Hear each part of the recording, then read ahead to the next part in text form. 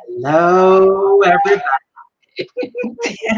Hello, hello. Good morning, everybody. Brunch time on Sunday. My beautiful guest, Germalin, who's a relationship coach, a mentor. She's a host. She's a facilitator of Mhm. on-top marriage ministry, and I am so delighted to have you here. I'm so delighted, and I really feel like I feel honored to have you here because you're a relationship. And I want to talk about the events that are going on the planet from a relationship perspective, from a trauma Mhm. perspective. Mhm. That's what I'm really Mhm. interested in, from Mhm. the trauma aspect. So before I go forward, what I want to do is I just want to actually have your name here, Germalin Barnes. It cuts it out kind of, but it just gets the Barnes right there. And Yeah. also what I want to do is I want to do a little bit of sharing. And Okay. here we go. Maybe I'll take your email so we can have this cultural gaslighting, minimizing, generalizing, and the traumatic impact Yes. what is going on the planet right Oh, now. But let's right. do some sharing so we can have people. And Melissa's joining us. Thank you, Melissa. Thank you for joining us, everyone who's starting to join us. And if this resonates with you, share our feed because I really feel like we're going to be digging into courageous conversations about what's going on. Mhm. Awesome. I'm just going to share right now. I'm going to share it to a group. Yes, to my courageous conversations with Victoria Lauren Davis, my closed group. Please, please share it if you guys feel like this is something that's worth conversing about.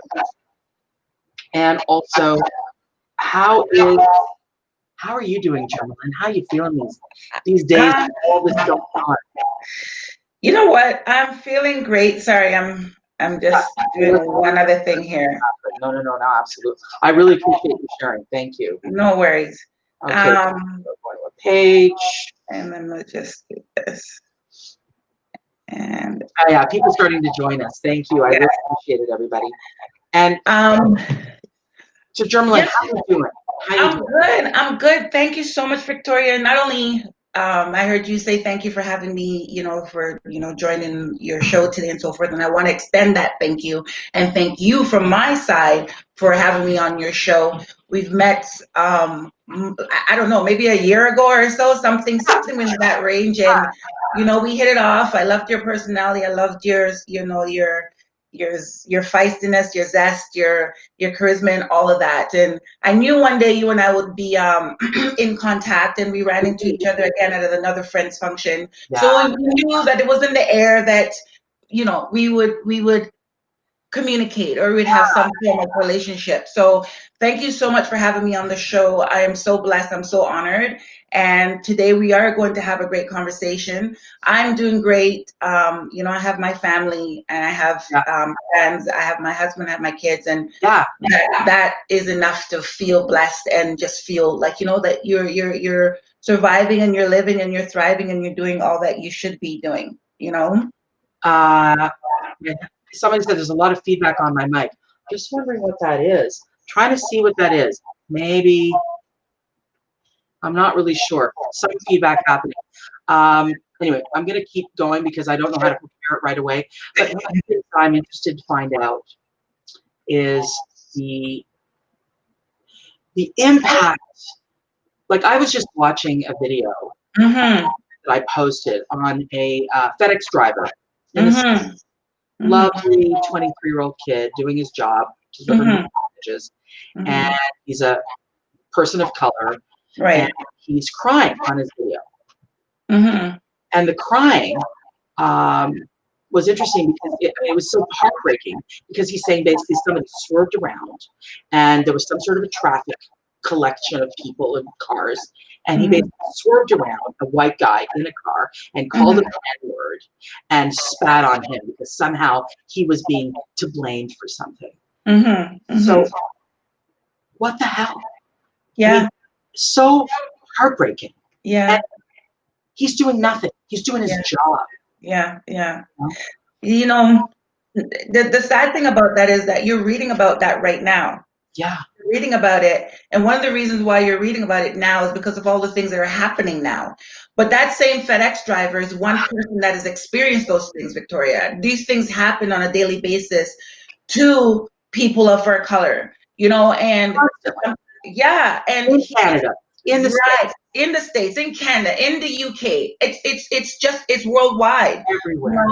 and it's crazy because he's showing his emotions through tears. Yeah, You don't often have a black man that's going to cry in public, let alone cry in front of you. So for right, him to break down and cry and get into his emotion and really feel vulnerable in that moment, that says a lot right there, right, right? The height of disrespect is beyond you.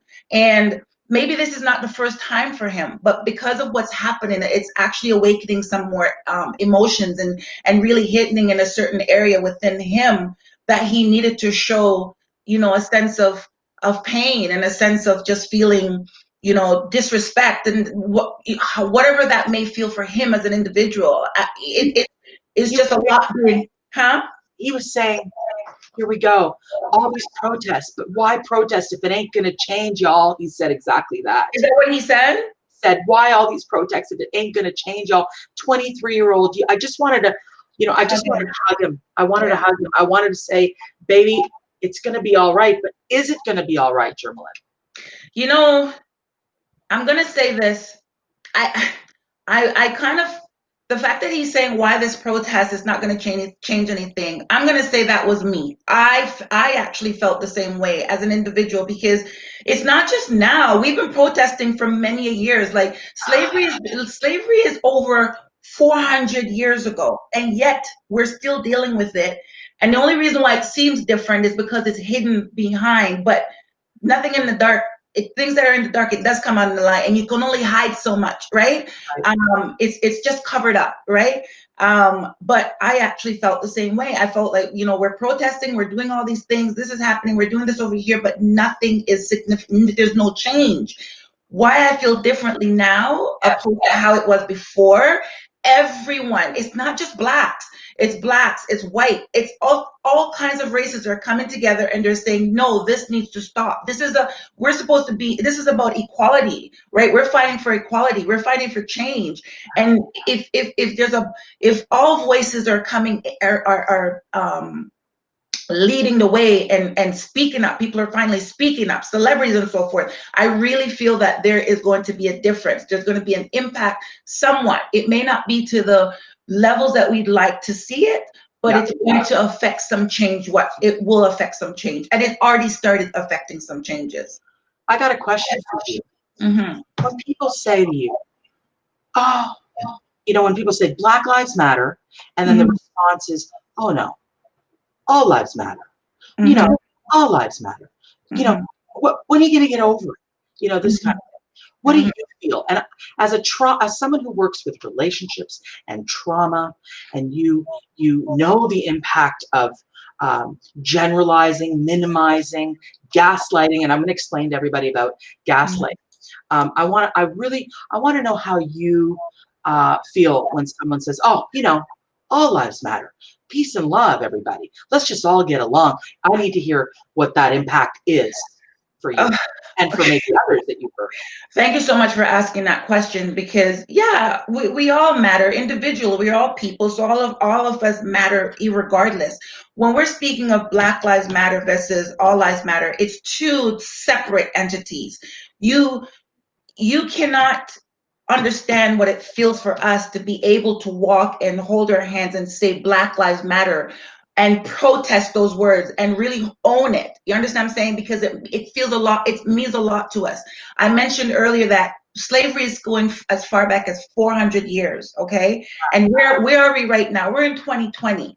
Why it's important for us and why we're standing for that cause and that belief that Black Lives Matter, because it does matter. We matter. We are just as impactful. We're just as intelligent. We have the credibility. We have a lot of things about us as Black people that we need to celebrate and be able to celebrate. You understand? And we don't just celebrate theft, robbery, murder. That's not our picture. That picture is just painted for us as Black people on a whole. And therefore, we're always having to live up to that standard as though this is who we are. So our lives matter because we are influencers. We are in people of intelligence. We are people of that we've created so many things. There's so much things behind our history that matters that we hold, but nobody knows it. Nobody knows it because it's kept in the dark once again, right? And we matter, and we should be able to announce that and hold that truly to our heart and really scream it out loud for other people to understand that we are people of the majority. We're people that stand for things. We're people that believe, we love, we care, we are everything that I must say that the white side believe that they are, right? And we need to be able to be heard, and we need to be able to be seen, right? Lives matter. Sure, we matter as people, as I mentioned before, but there's something that we stand for as Black people, and we need to be heard and understood. I really appreciate so much, so much. Mm-hmm. I want to tell you that when I hear, like, I'm not a religious person, but somebody said to me, look, in the religion, it says we need to love everybody, so we don't want to be singling out people. Yeah. And I'm like, you know what?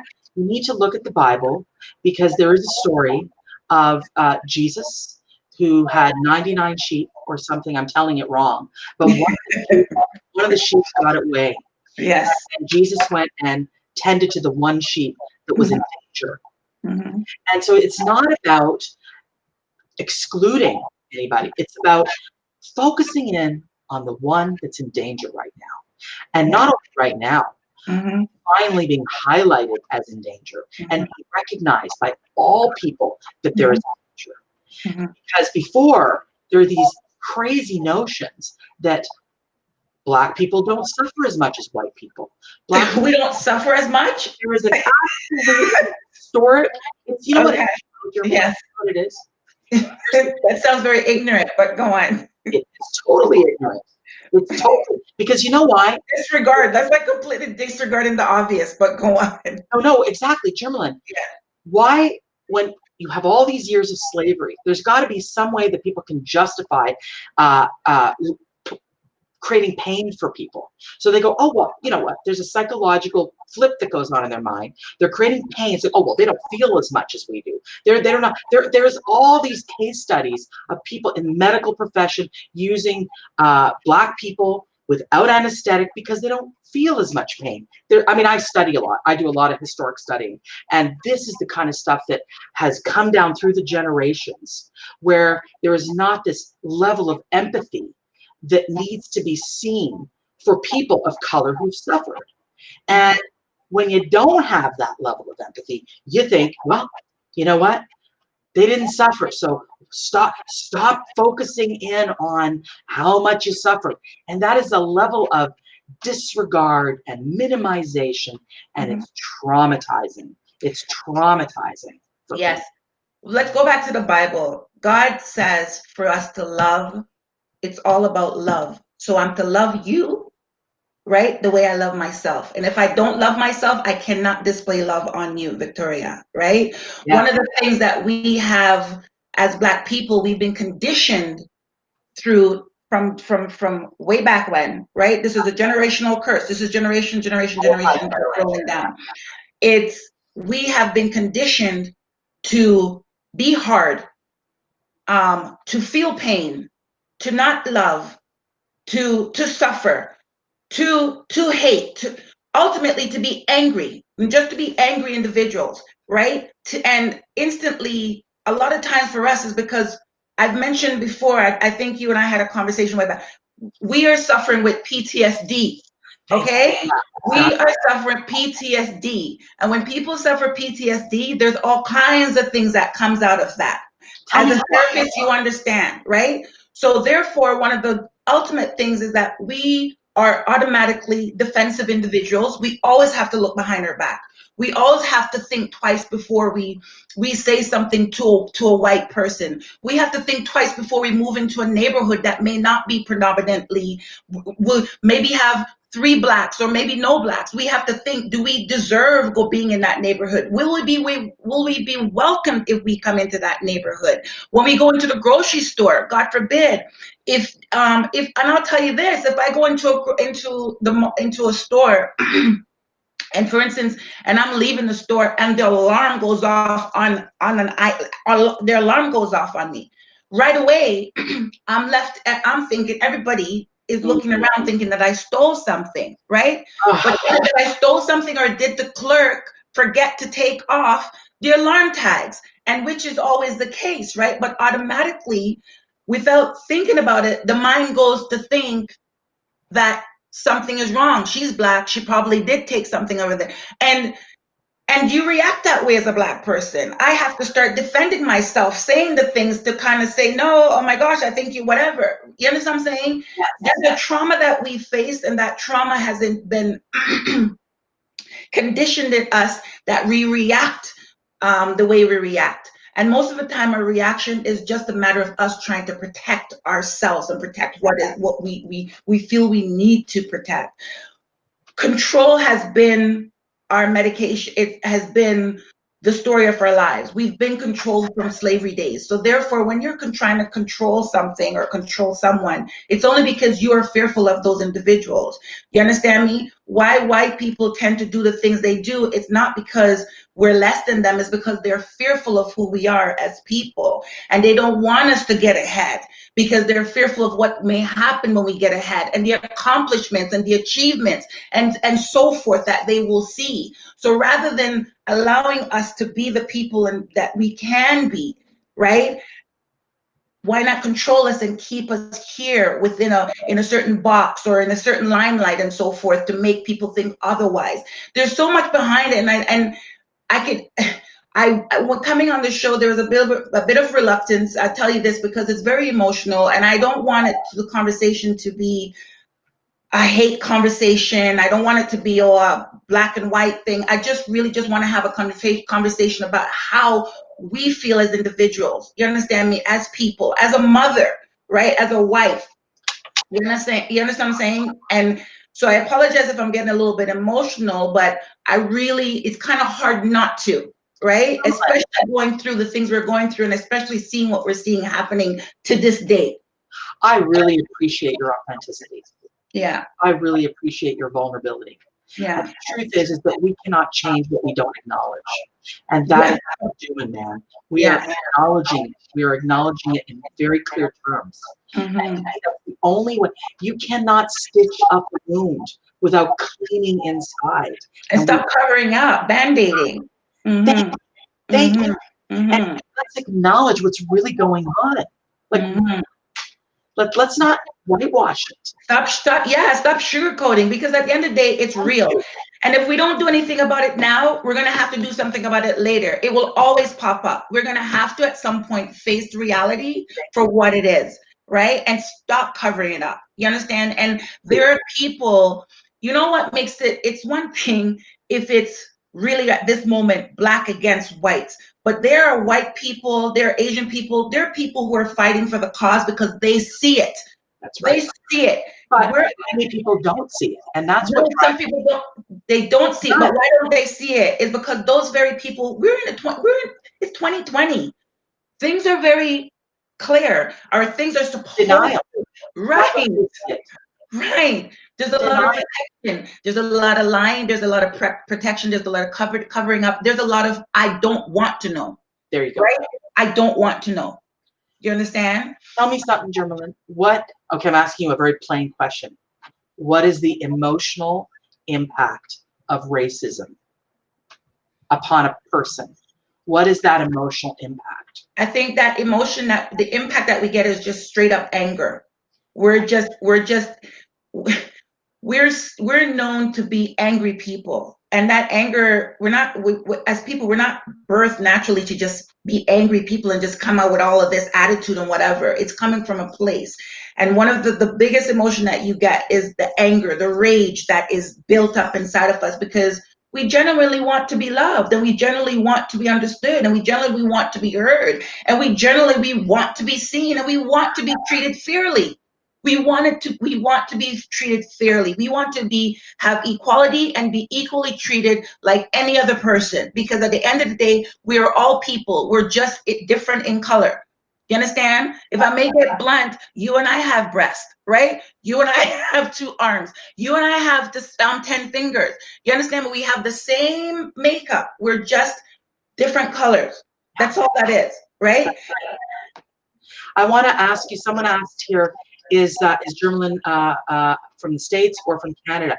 Germalin is from right over here. I'm right on over here. I'm born Canadian, but I am a Canadian. Yeah, lady Canadian. Yes, But tell me something. People are like, oh, Canada, Canada is just this, we cannot compare ourselves to the States. Talk to me, girl. In Canada, everything is just quiet. We're a quiet country. We smile and we whisper. That's what happens in Canada.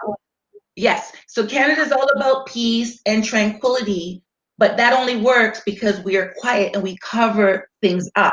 America has just been in America. We will never be America because America has a lot going on over there. You know what I'm saying? There's a lot of things, and America is a little bit more transparent. For whatever reason, they're very transparent. They're very vocal. They do things that we possibly as Canadians we just can't do, right? But it doesn't mean that we don't want to do it. It doesn't mean, I'll tell you this. I live in North Toronto, right? Live out in Oshawa. And I'm not a city girl. I like to be in the country. I like to be away from, right? So I've lived in various different cities, but cities that are predominantly white cities, right? I'm a social butterfly and I interact with people very well and I can connect well with people, whatever color you are. That's just me, hands down. So wherever I move, I pretty much get along with my neighbors, right? But as much as that, you're still feel that sense of discomfort that you kind of have to stay in your own zone, right? So I've lived in Stouffville. We moved out here in Oshawa, and we were a bit reluctant to move in Oshawa because Oshawa is known to be a predominantly white neighborhood, and there's certain neighborhoods that you pretty much don't want to venture in on a whole, right? But nonetheless, nobody can stop me. I want to live where I want to live. And in my neighborhood, we're probably in our area here the only Black family that's here. What's that like?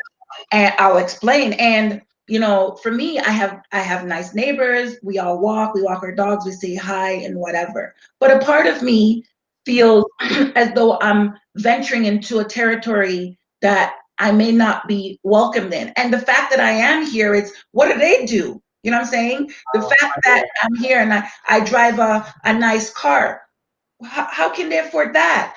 How can they afford this? And it's not like it's verbally said. It's just that's just the feeling. That's just that internal feeling. And I'm saying that because I know it's not only just internally, but because I know that's the question. Who are these neighbors?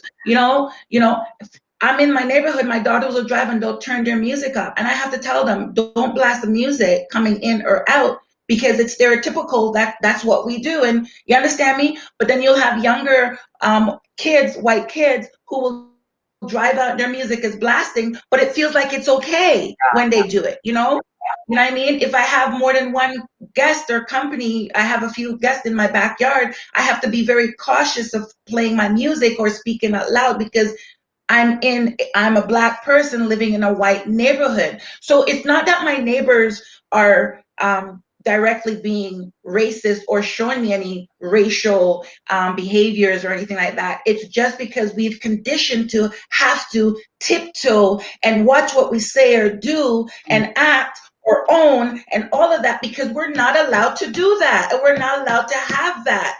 You understand what I'm saying?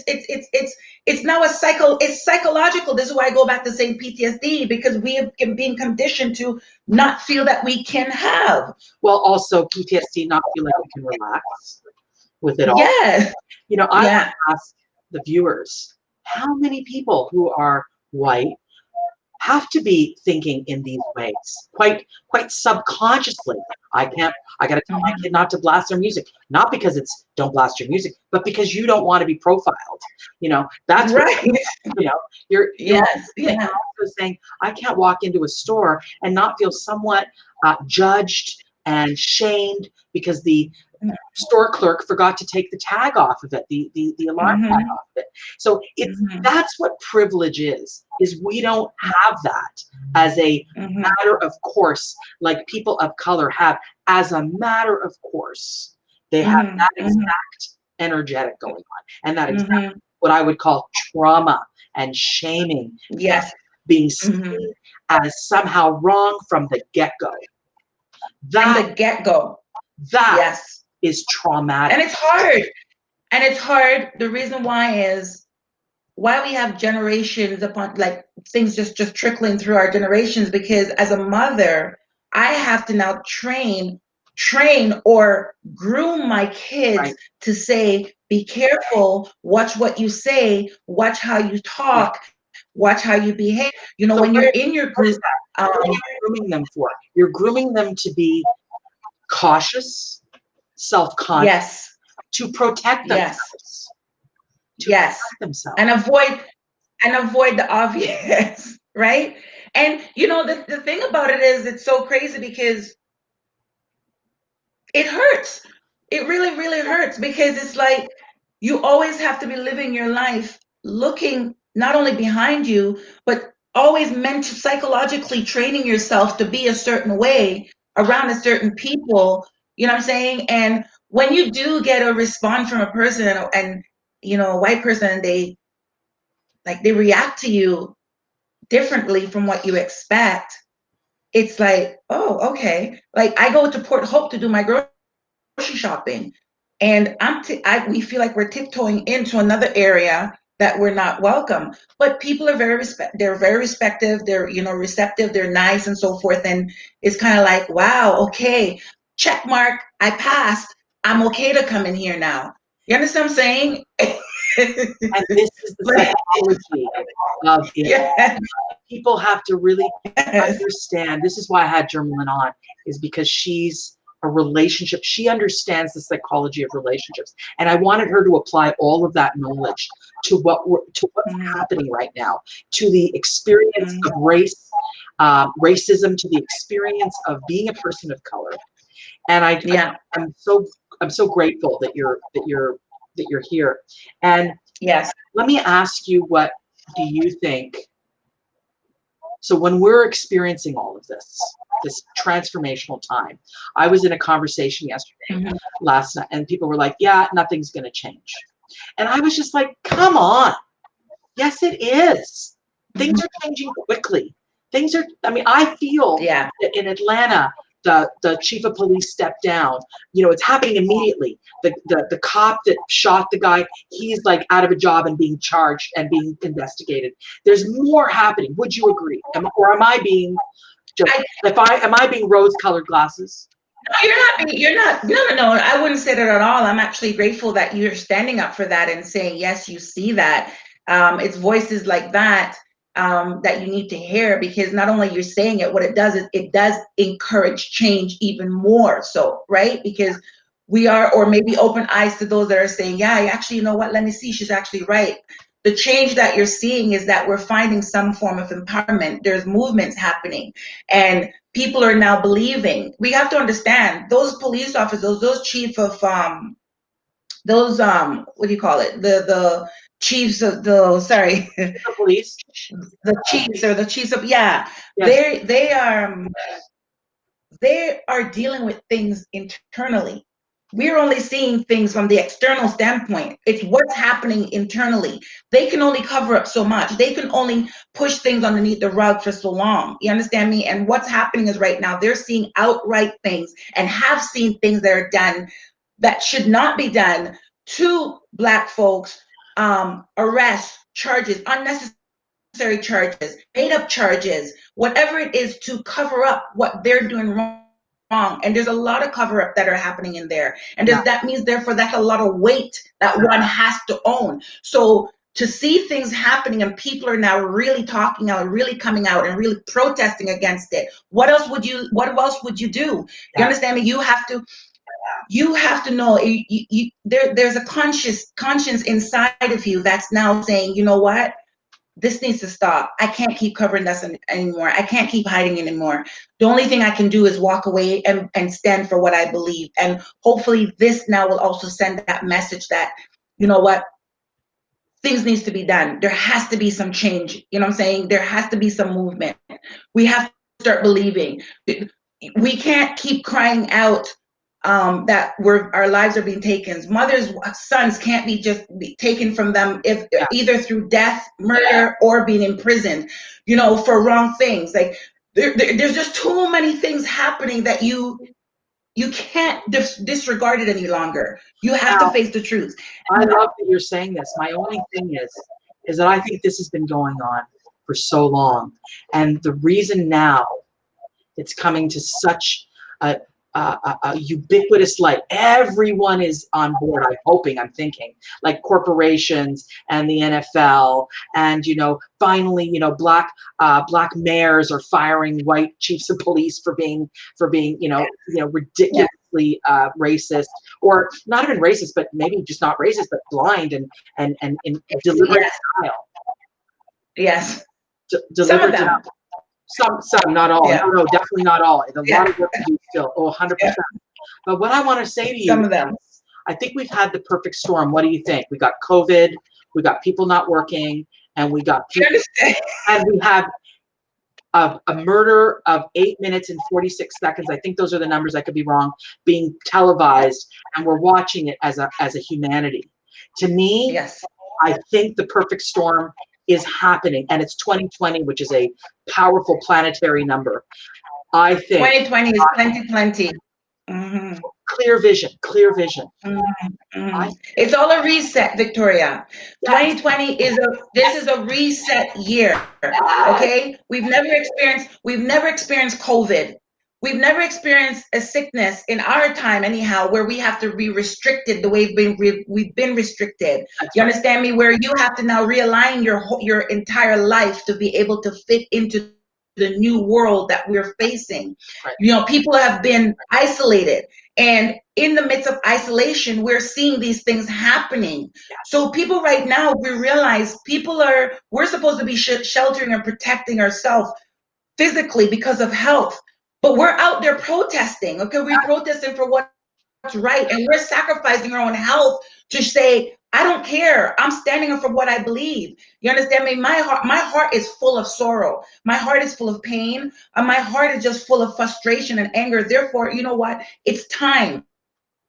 So right now, 2020, COVID has enabled us to also now step outside of and now fight for what we believe. So, and the thing about it, it's not just one state. It's not just one city. It's a unity. It's unified. You got celebrities. You have, I think in Hong Kong, I think it is that they're protesting out over there. There's 50 some odd states that are protesting. UK, it's worldwide. You understand me? And people are finally coming together. I said it to my husband. I said, we can protest, and going back to that FedEx truck kid. And I understand his pain when he's saying, okay, we're going to protest, but what's going to happen? And the reason why he's saying that is because he's young, a 20-something-year-old. So he's seeing things happen, but nothing happens, right? So for him, he's now just feeling down and out. He doesn't believe. And all right, he rightfully so to not believe, because he doesn't see any change. But right now, there is a change because we're fighting in unison. We're fighting as one source, fighting as one entity. Is not just Black people going up and fighting for a cause. It's Black, it's white, it's everyone that believes that this is wrong. We're all coming together. And I believe 2020 is allowing us to do that. It's allowing us to step outside of that box, that uncomfortable, that box that we're so used to sitting in, living in, being a part of, chasing our tails like some crazy ass people, and now stepping outside the box and being brave and being bold. 2020 is all about being bold. Oh, I want to high five you. Okay. I want to high five you right now. Very good. Okay, so here's the question. You're a mom, you're a relationship coach, you and your husband have a great program, which I'm gonna put the information up, but I want to ask you a question. And the question is, here we go. I'm gonna put this up, and I'm gonna take this out so everyone can see it. Okay, as this relationship coach, as this person that really understands relationships. And I'm a psychotherapist, but I wanted to hear, what can people do? Because to me, it's at the personal impacts the bigger. The personal impacts the general. And I want to know what people can do on a personal level. How can they communicate with their kids? How can they communicate with themselves? How can they communicate? What can they do to move the needle, Germalin, in your mind? White, black, indigenous, brown, doesn't matter.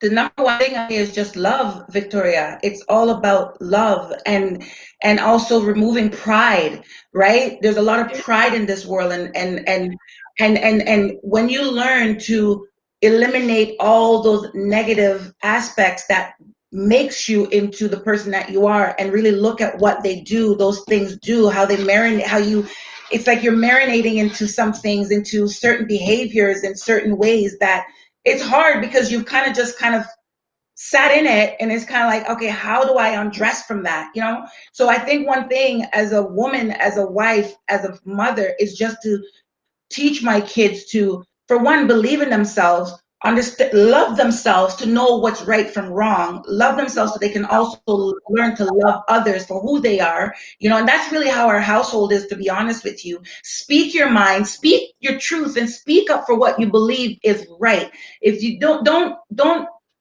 just sit, if you're seeing something happening and you believe that that situation is not right, speak your mind and be a voice. You understand me? I think being a voice in society really helps. And yes, speak up. Yes, yeah. Love yourself, speak up. Teach your kids to love themselves, teach them to speak up. I hear. Is that right? Yeah. Mm-hmm. I want to add, folks, paint the picture. Ask the person, have you ever, just for doing your job, been spat at and called a name? Have you ever been followed in a store? Have you ever not gotten a job because of your foreign name?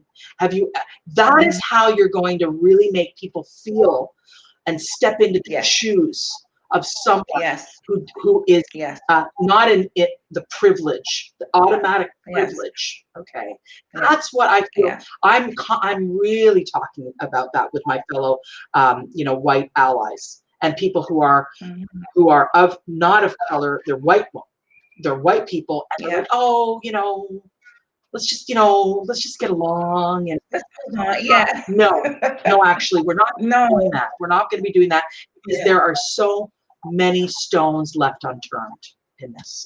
Yeah. Go ahead, sweetheart. And hear us. Yes. Hear us, hear our cry, hear behind our words, look behind our behaviors. Don't look at what we're doing, because even right now with the looting and people are breaking into stores.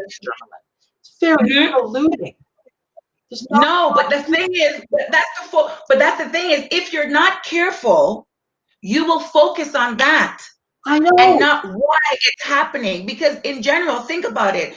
Was there looting before? Were people breaking into stores before and just ganging up and breaking and bum rushing a store and taking? You understand me? Was that happening before? No, it's happening now. I'm not saying that is right, but don't look at that as the reason. Don't look at that and right. You understand me?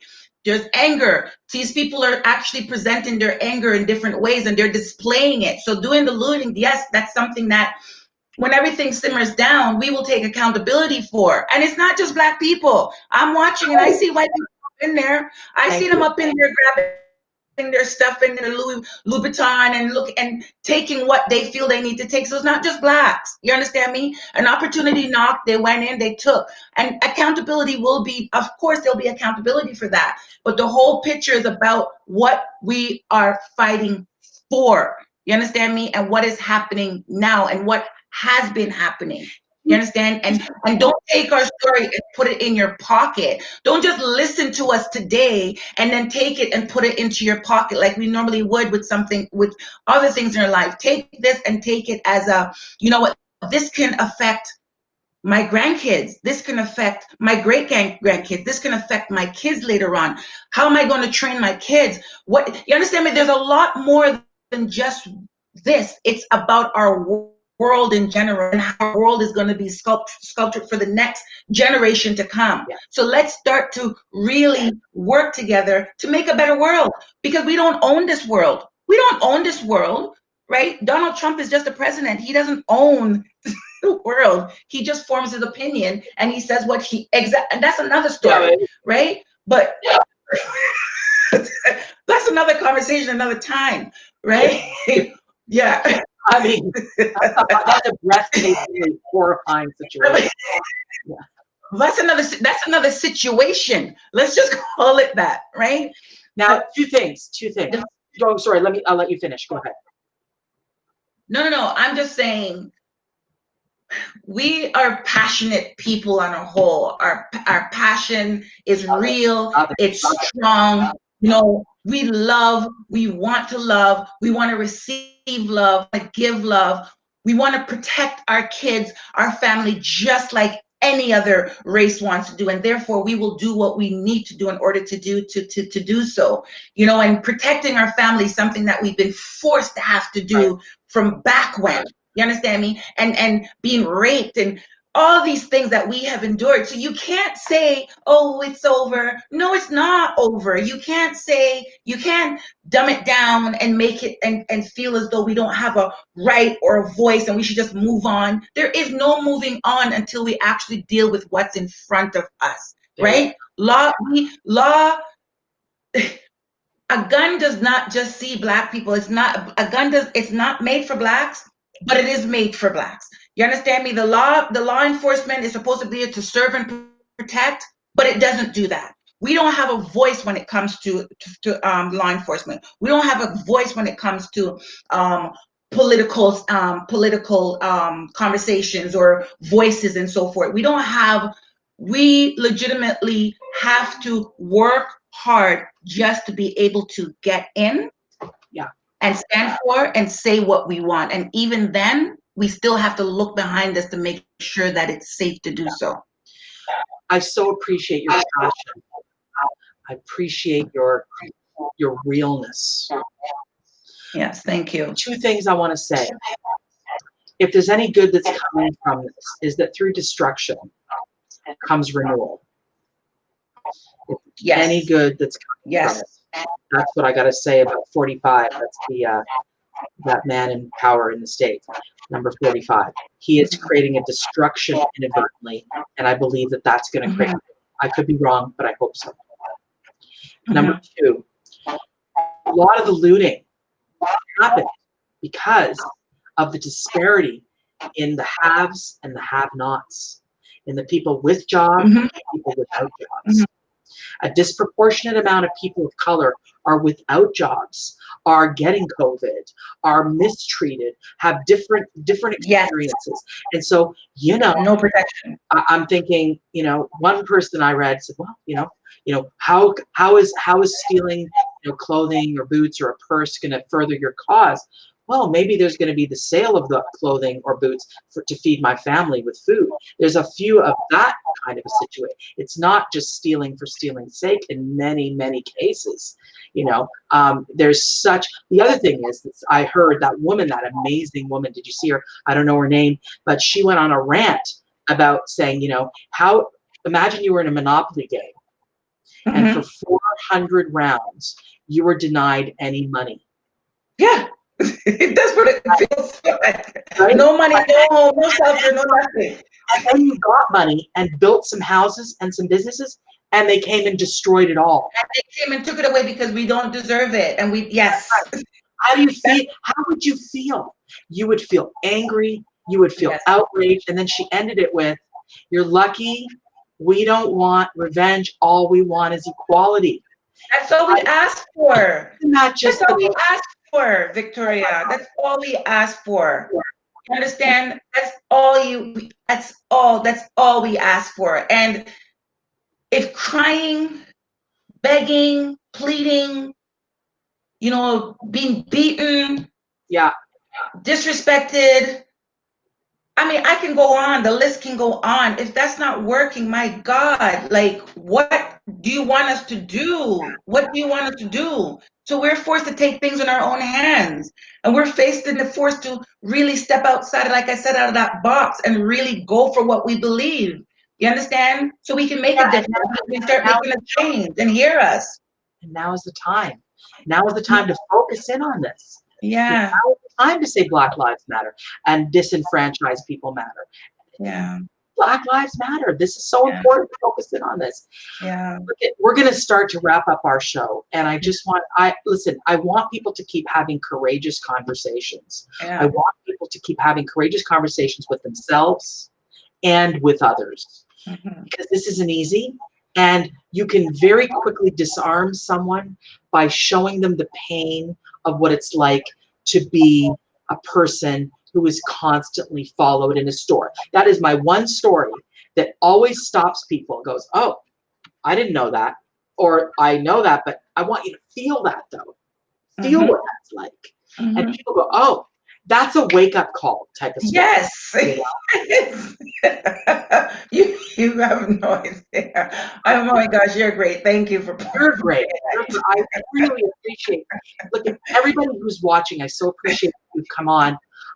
So many people have come on to watch. I want you to know, A, you matter. Yes, yes. B, have a courageous conversation with yourself. And Yeah. Germalin Barnes, who is a relationship host, she's a relationship coach, she's a mentor, she's the host of Pillow Talk with her husband, Love on Top Marriage. She's the facilitator of Love on Top Marriage Ministry. I love it. If you're ever wanting to be in touch with the wonderful, incomparable, amazing Germalin Barnes, go to germalinbarnes.com. It's right here. She's going, both Germalin and I are going to interact with each person who commented later on at some point in the day. And final words. I know it's hard because it's such a big conversation. We could go on, right? Yeah, But yeah, final words, Germalin, for this courageous conversation. yeah. Anything to do with PTSD, trauma, just give me some final words for the people to take away some gems from you. I think one of the things that stand out to me the most is just saying, don't turn a blind eye. When you see something, be a voice and speak out loud and be brave. You understand? Because sometimes that courage is what saves a life.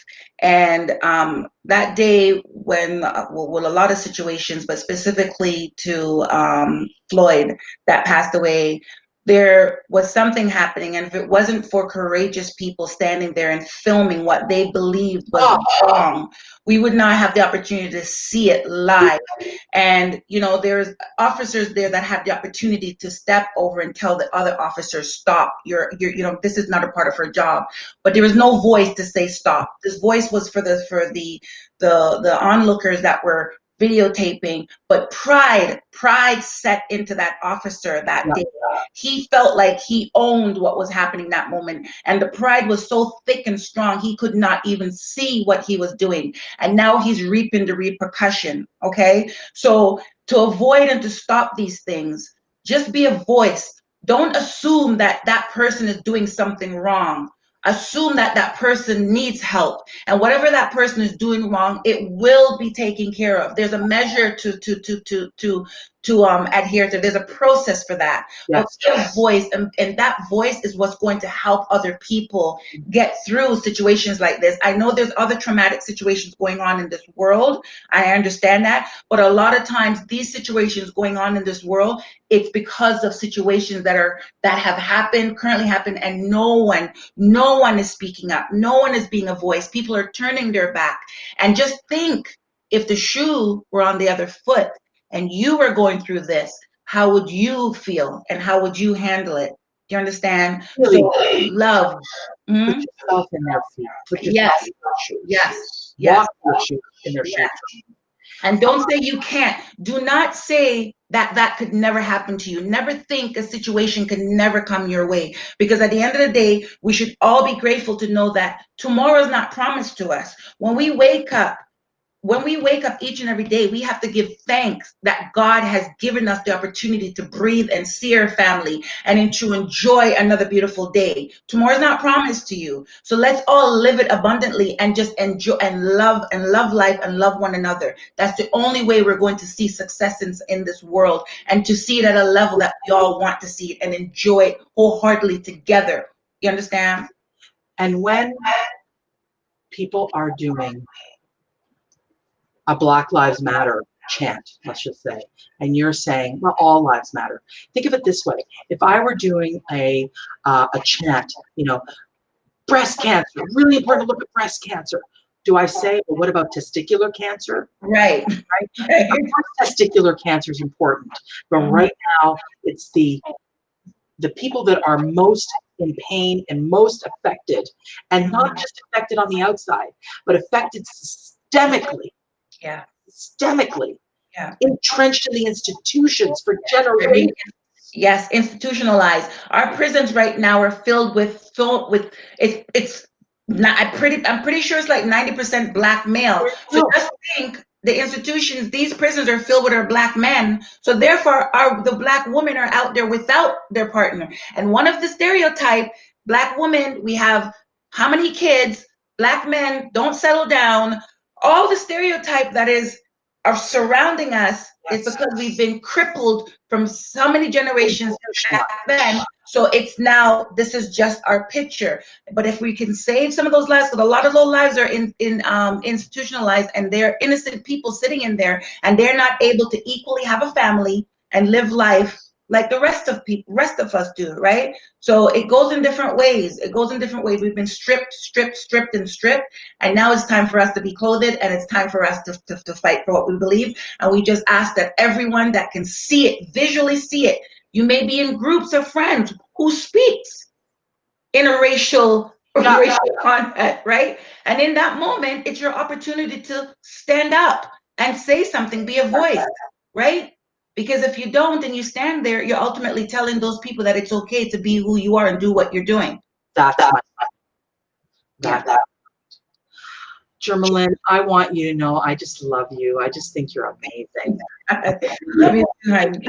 I really appreciate you. You too. And I hope people do get in contact with you. And even if they don't, I hope that they totally share this video. Yes, yes. So I'm going to sign off. We've had a good conversation. We will have more. We will have more. I send you so much love.